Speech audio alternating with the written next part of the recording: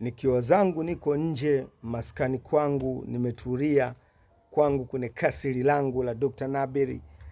Nashangaa kuna message pap TikTok, sawa, ambaye imeandikwa kaka na kuita mara 3, kaka sauti kubwa kubwa, na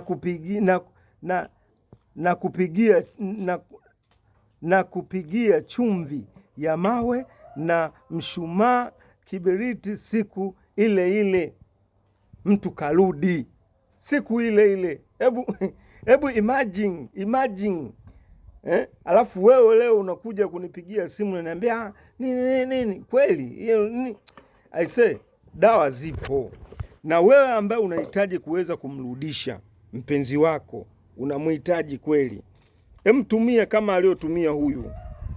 Chukua chumvi ya mawe, chukua kibiriti njiti zake zile, changanya kwa pamoja, chukua mshumaa mweupe, alafu ile chumvi ya mawe pamoja na njiti za kibiriti hakikisha umeisaga zimekuwa kama unga.